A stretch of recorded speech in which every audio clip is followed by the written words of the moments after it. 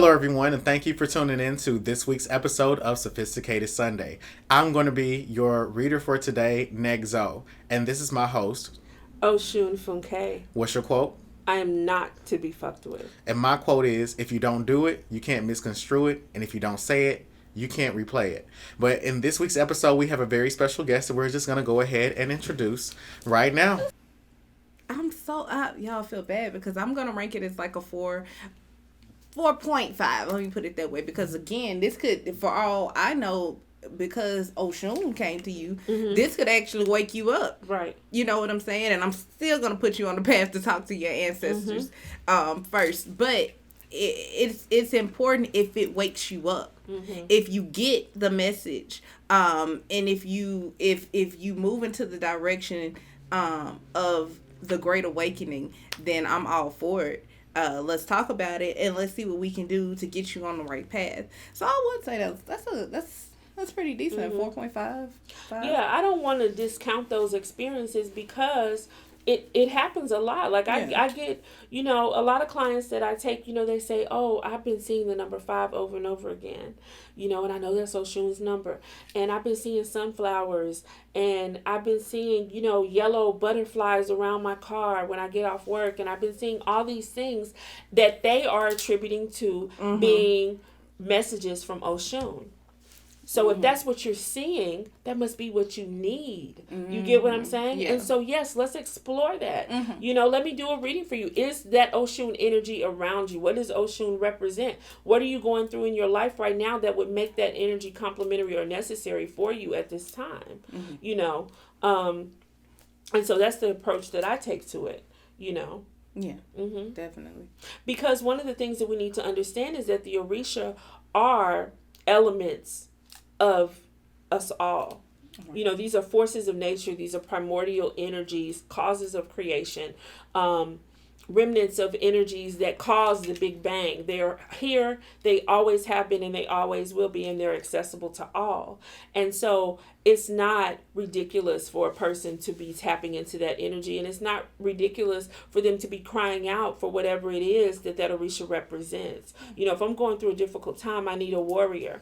And if I have a DNA memory of such a warrior, if my ancestors left that information in my DNA because it was such an intrinsic part of their day-to-day experience, and it cries out to me, all I need to do is answer the call. And I may not even have the vocabulary for it. A lot of times I did a reading just yesterday, and a lady told me that she had a dream about a tornado, about dead people rising out of the graveyard, and all she heard was thunder. That's Oya and Shango. She didn't have the words to put with that, but I recognized it for what it was. And sure as shit stinks, I threw the bones, and guess what? Orisha popped up. Oya and Shango. This is scientific, you guys. Like, it all adds up. Right. You know what I mean? A 1. I think a lot of our clients are addicted to chronic synchronicity and trying to find it in their lives. Trying to find me. Yeah. Yeah. I think that they're just so lost that they'll just latch on to anything. Hey, I'm seeing the number 11, 12, 13 all the time, and I can't figure out what this means. It's got 6 numbers in it. Does it mean I'm going to make 6 figures at my job next year? A 1 until it means something to you, but you need to do a reading on that. Very rarely have I seen those things be indicators of something more than that maybe a lead deity that is needing you to work with them to help you get through a particular problem in your life at that time. A 1. Yeah. Someone calls you and they say, I don't know how to pray or meditate. Well. Well. What would you rank it, David? Osun. I'll give you some you time. go first. It's a 10. It's a 10 because you can't. How shall we go on? You can't. It's literally like you're a vegetable. Like you can't. Right. You're saying, I'm a comatose patient and I want to win the Olympics. How can I make it happen? We got a lot of work to do. We got a whole lot of work to do. It's a 10. Yeah. Yeah. And if that were to happen at this particular moment in time and space, I would direct them to the Black Spectrum Network and ask them to register for the mentorship program that I'm having. When is it? The deadline for applications is August 31st. The program begins on September 7th. It's a 6-week program, and in that program, one of the things that we're going to learn is how to craft perfect prayers. How to craft perfect prayers so that they address your needs, so that they are being directed towards an energetic source that can deliver on what you need, and so much more. So I would definitely direct them to that class because people need to learn how to pray. Prayer is very serious, and it's a necessary part of our lives. And as melanated people, it has always been something that we have engaged in to change our circumstance and our lot in life. And we need to remember how to do that in the most effective way possible. And I do have a formula for that. I too have a formula for that. It's definitely a 10, y'all. We have to pray. How do we, I pray to my ancestors daily. I pray for their health. I pray for their strength, because if they're okay, I'm okay. Meditation is key. I get so many, I guess you could say, spiritual downloads, especially from my higher self, as Osun Funke corrected me, my Ori, through meditation. And meditation doesn't have to be you like sitting down with your hands like this. I mean, come on. It doesn't have to be that. I meditate when I get up and run early in the morning. I get the best spiritual downloads just running. I'm telling you, running will... Oh my God. So meditation could be you just doing your daily thing. If you do hair and you're sewing in somebody's hair, you could be meditating then. It's true. So I think that is definitely a 10, and that we can figure out what meditation looks like for you. And we can definitely help you form a prayer to your ancestors. And help you move along in life. You have to pray. Like, there's no ifs, ands, or buts about it. It's like eating your vegetables. You gotta pray and meditate. You have to. I love that you said you receive downloads while running, because a lot of clients that I've had will get the prescription to exercise. And those of you that have had a reading from me, share that if I'm talking about you right now, because I will tell them, the ancestors are saying that you must exercise. And I tell them, you know what? I think this is as much for your physical health as it is for your spiritual health, because especially when you reach a certain level of exercise where your heart rate is at a certain level, and your breath is labored, and you have less oxygen flowing to the brain, the best downloads. The best downloads. It is an automatic state of meditation. And so the ancestors will recommend that you begin to exercise, not only because we need to lose weight and we all need to take care of our cardiovascular health, et cetera, but because it puts you in an automatic state of awareness where they are able to communicate with you and to drop remembrances into your mind. So I love that you said that, because I see that quite often. And also, if you are depressed, I'm going to tell you to get your butt up and run. Because running, oh God, what is the word? It sets off, it gives your body energy, it gives it joy, it just rejuvenates. And it releases hormones. Yes, it that does. Make you happy that hormones. Makes you happy. So get your butt up and run. If you can't meditate, that's what I'm gonna do. Tell you, get your butt up and run. And I promise you'll get all the best spiritual downloads. Yeah, it's true. Next up.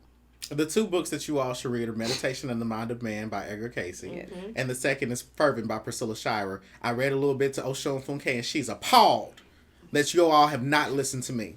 She's appalled. I read her 4 pages. 4 pages, and she's mad. I told you've been screaming this for years. And I'm like, if they even read the summary of the book, they'd have some of the answers. Exactly. But that book a 10. But yeah, 10. I was going to say that book is actually required reading for the mentorship program that I'm doing. So if you guys are interested in that program, not only should you go to Black Spectrum Network and register for it, but you can go ahead and order that book right now and begin reading it, because it will be the foundation for the prayer work that we do in the mentorship. You got to know how to pray. You have to know how to pray. How do you expect your prayers to come true if you don't know what you're doing? Come on now. Yeah. I'm just so proud of Black Spectrum Network's chat right now. Okay. Because y'all can spell the word endorphins. Okay, so the next thing that I'm going to ask you all is that someone comes to you and they say, hey, I want to know what my religious path is. On a scale of 1 to 10, how important is that? I think it's pretty important. Pretty important. Is that a 7? I'm going to say an 8. 7 or 8. Mm-hmm. Yeah. I think it's very important, actually, for a person to know what their spiritual path is from an ancestral perspective. But I make it a 7 or an 8 and not a 10 because I know that we, as melanated people, are extremely resilient and also dynamic. And I know that under duress, the duress of Christianity being forced upon us, the duress of Islam being forced upon us, I know that we have still been able to thrive under those systems. And so one can still have a very active, strong, and productive prayer life and spiritual life even in a foreign system. So that's the only reason that I don't give it a 10. As the hoodoo priestess that I am, I think it is important. I think it's pretty important. So I'm gonna give it a 6. It's pretty important. If I never initiate into anything, I'm still working with my ancestors. I'm still able to conjure. I'm still able to manifest in my life.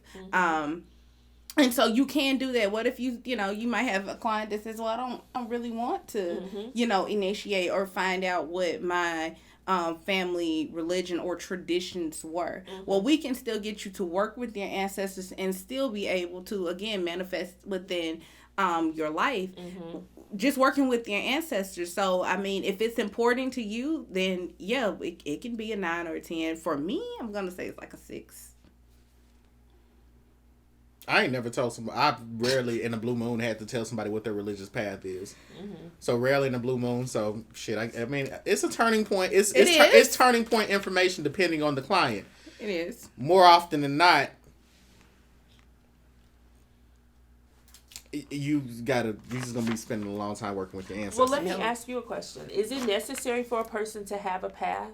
Is it necessary for a person to commit to a system of spirituality or thought? If you're trying to lead people, the greatest leaders are those that have committed to a system of thought when it comes to spirituality. Like, I agree. So even if they were pushing something, even if you think about like the quote unquote New Age movement that white people were pushing back in the 70s, it drew upon some sort of spiritual Eastern thought. Right. Yeah. So I don't believe, I do believe that it's important for your ideas to be rooted in tradition and not for you to be fabricating this shit from anywhere. For sure. You should not think that you're smarter than the information that you have not encountered. I know that's right. You should never do that. Never. So, no, I think it's mandatory that you have some goddamn path, and it should be religious, because religion, in its definition, if you all read Tapping the Power Within, because I ain't gay no more. If you read Tapping the Power Within, you would know that religion is just a system of rules and meanings, rules, language, and meanings that can be communicated to a collective of people. Think about the Hierophant card. The Hierophant doesn't minister to an individual. The Hierophant ministers to a collective of people. So it's important. It's mandatory. Yeah. It's mandatory. How the fuck do you do I'm not gay no more. But how do you engage? How do you genuinely and authentically engage with spirituality without dealing with the fact that the people that died before you paved the way for you to do what you're doing now? That's true. So, I can't give it a number. Arbitrary number, insert number. It ain't a 10. It ain't a 1. So someone contacts you all and they want to learn how to do divination. Well, I'm a tarot card reader. I need to know. I've been reading tarot cards for 3 months. I'm ready to go to Barnes and Nobles and read. Teach, you can take this one. I would ask, are you sure about that? Did you ask for this? Did you ask for this? Because if you really about that life, if this is really in your destiny, you didn't ask for this. Lord, the people that you encounter doing this type of work, the things that you hear, are you really ready to help these people? Here at Black Spectrum Network, we just don't answer your questions. We give solutions. Mm-hmm. So are you really ready to give solutions to things that you necessarily don't agree with? Mm-hmm. I just... To be a part of pure fucking. And let me tell you, it is some pure fuckery. Pure fuckery sometimes. Yes. And then also, I would have to look into your astrology, and Nexo is perfect for that. I mean, are you really a tarot reader? Are you really who are you working with? That's what I want to know. Who are you working with? You're not working with the ancestors. You're a tarot reader. I think Who's informing your readings? What power source are you tapping into? Because if you're not tapping the power within, come on now.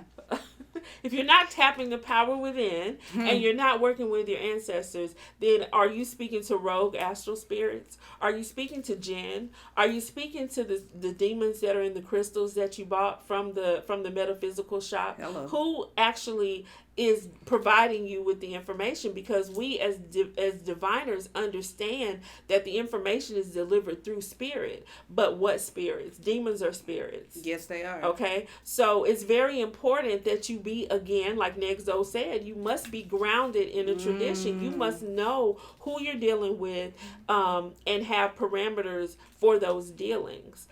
So if someone called me and said that they were a tarot reader and that they were interested in learning more about divination, I think that we would have to back all the way up. All the way. We would have to start from scratch, and we would have we have to go. Don't laugh. Yeah, we have to start. You've been delivered. Because if you learn how to read tarot on YouTube, or in a Facebook group, or you simply read the book that came with the deck of cards that you bought, we got a lot of work to do. A whole lot. Y'all know I'm the king bitch at tarot. Okay. I'm taking the title. I'm the king bitch when it comes to tarot. Check my records. What they're saying is true. It's all true. Astrologically, a lot of you all are not cosmically or divinely designed to read, to do this work, to read, to minister to people, to lead them, to teach them.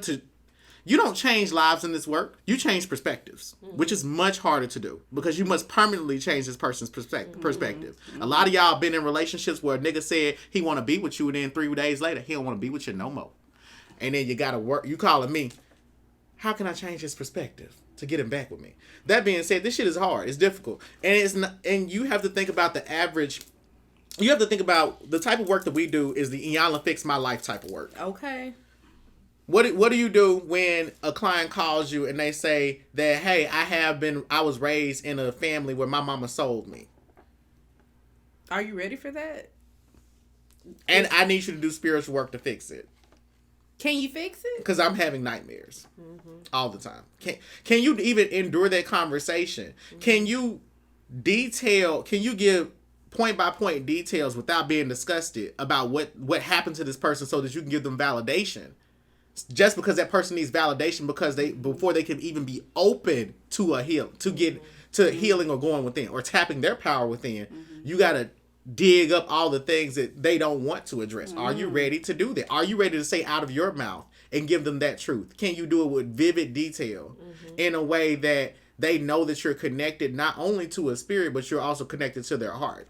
So you have to think about that damn Jeffrey Epstein reading where I gave it to y'all in explicit detail. Can you deliver that information no matter how vulgar it is? Now, you said something to me last week where you said, that if this is your path, that when you said it doesn't matter if you're being a priestess or a priest, if you're following your destiny, you're going to follow it kicking and screaming because nobody really wants to do it. Because we didn't ask for this. Mm-hmm.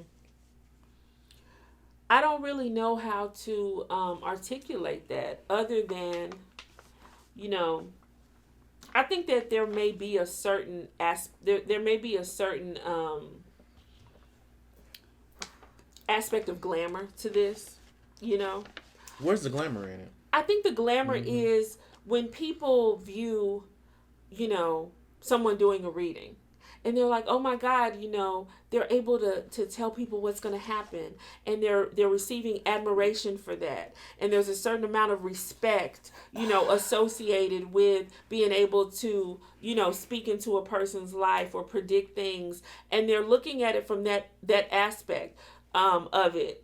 Okay, I see what you're saying. You get what I'm saying? That ain't. They're looking at it like, you know, like it's a power. Like, you know, what's that quote I have? I'm a patient person, but just because I'm patient doesn't mean that you're not trying it. They don't know the work that we put in behind it. They just see the results of it. They see the results, and they don't know what that responsibility is. They don't know that we only speak 30% of what we see. They don't know that we have to fucking cleanse and pray and call and drink at night and drink to shake off the shit that we see. You know, they don't know that, you know, that I can't go to concerts anymore or walk into really crowded rooms because I'm downloading information about everybody in this room, and I don't particularly want to know that my server at Olive Garden participates in bestiality. You know, that's something that I'd rather not know, so I'll just go ahead and stay at home. You know, people don't understand what comes with that. These gifts, you can't turn them on and turn them off.